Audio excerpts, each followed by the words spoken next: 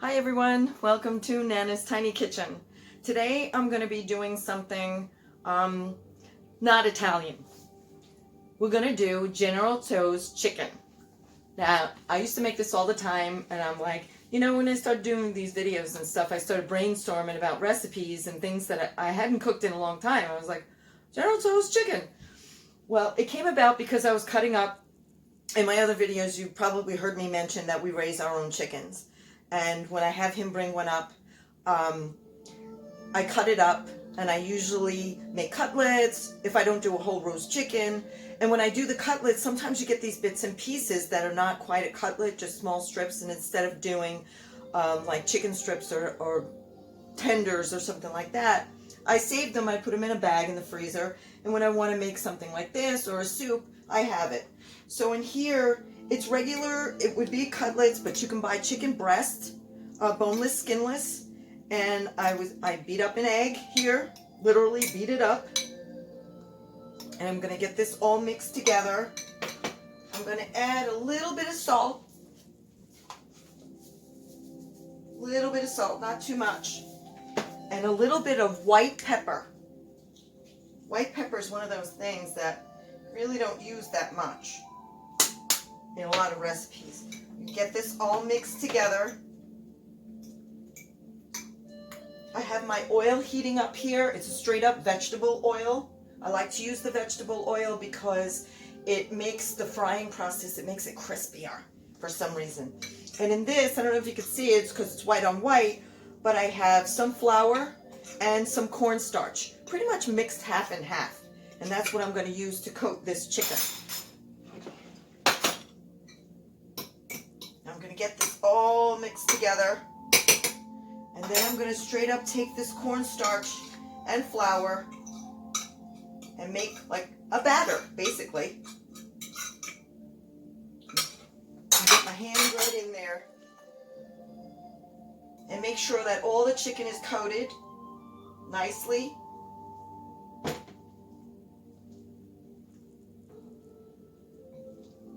And I'm going to fry these in the frying pan and then set them aside, and then we'll make our sauce for the General Tso's.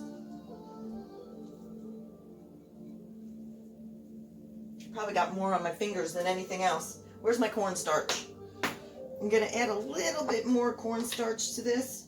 I want to make sure that it's coated well.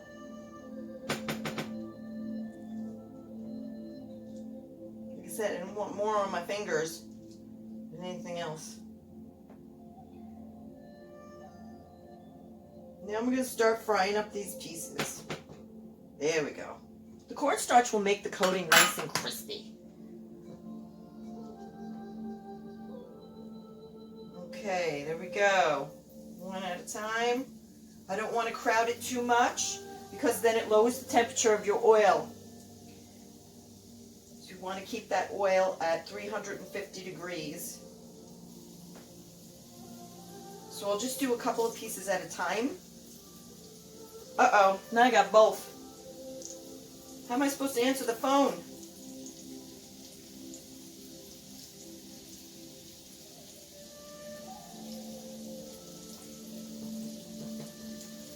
Some people use a deep fryer when making this. I don't have a deep fryer. This is my deep fryer. Okay, maybe one more move over. One more. Now I'm going to rinse my hands. Wow, I could actually deep fry my fingers. Forgive me for being off camera.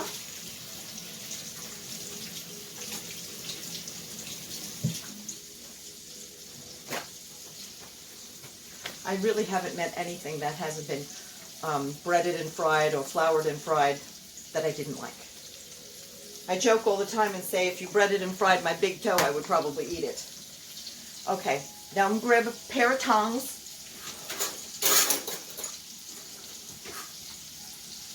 And when they start browning up, I'm going to give them a flip. I'm going to get all of these fried up and put them over here on the side. And then we're going to start our sauce.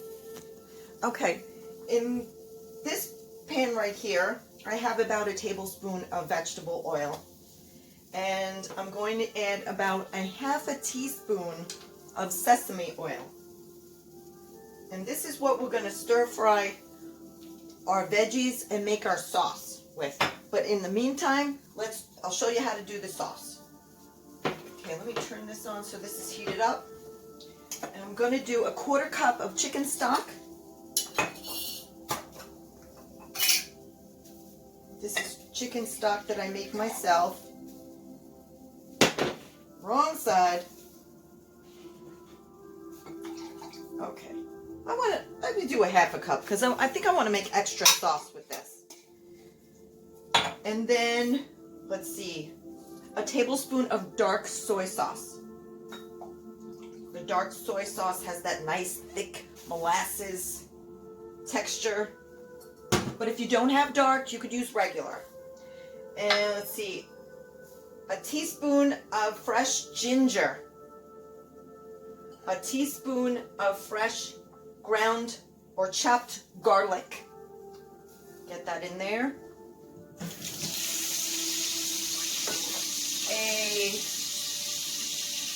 see. Can I open you? Oh my goodness. And this is hoisin sauce. If you go to the ethnic or Asian aisle in your supermarket, you will find hoisin sauce. And I'm going to do 2 tablespoons of hoisin sauce.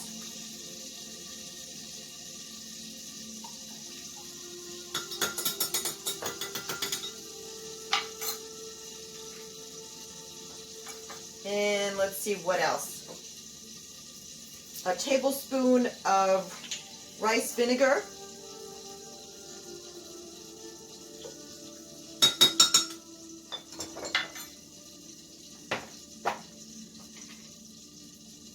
See, this is my teaspoon. 2 teaspoons of cornstarch. This will help thicken it up. 2 teaspoons. And I need some sugar. 2 tablespoons of sugar. Can I get you out?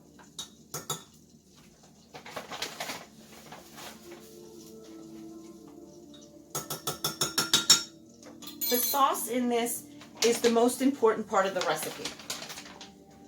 I mean, you see the chicken, the way the chicken came out, it's nice and crispy and delicious. And that's going to all get coated in this delicious sauce. So I'm going to give this a stir.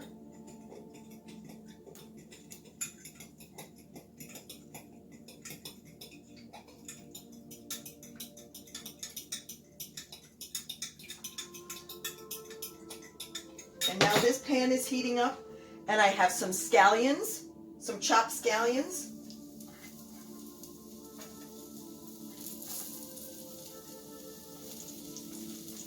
I have some because I want to add this to it. You don't have to if you don't want to. You can be as inventive as you want to. But I'm going to add some broccoli, some carrots, a couple of green beans. Because I really want some good veggies with this. I need a stir. A stir. Saute this for a few minutes.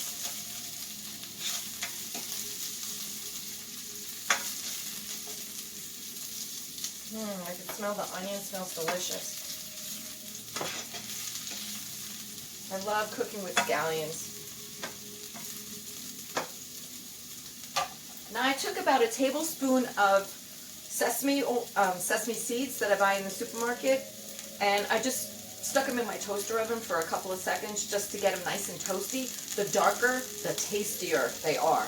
This I'm going to add to it after I add the sauce.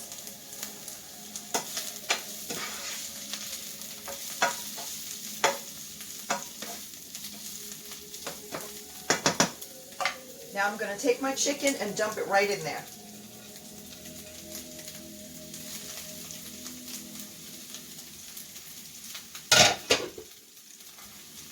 Give it a stir.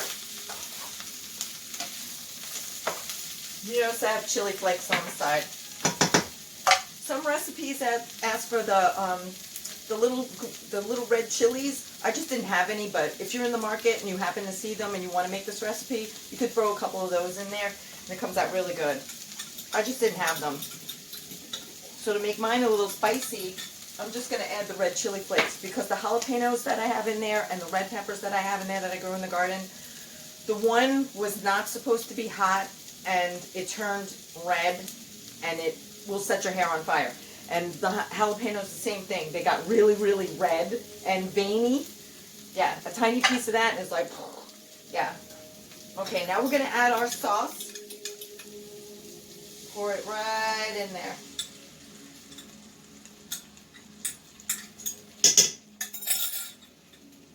Wow, boy, I make a mess.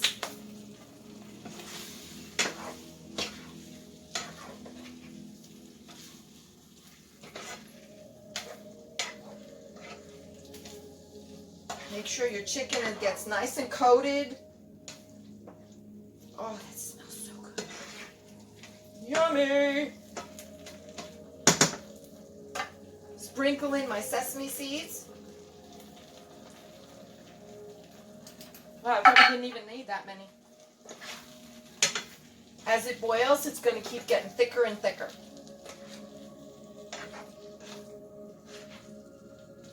Ooh.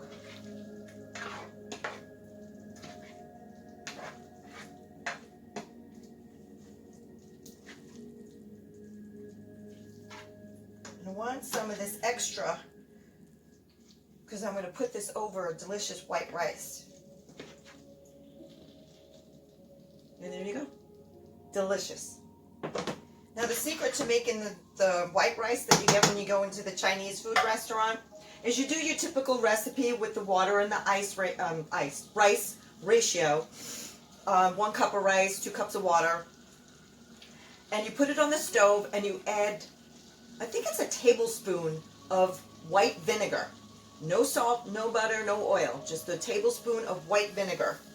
And you leave it uncovered and set it for 10 minutes when it starts to boil. When you see that the water is like evaporating, you shut it off, you put the cover on it, and you set it for another 10 minutes. And your rice will come out perfect every time, and it'll be the perfect complement for this dish. Oh, that looks yummy. Okay, let's get this on a plate. Tiny kitchen. I could shut that off. We got our gorgeous colors in there.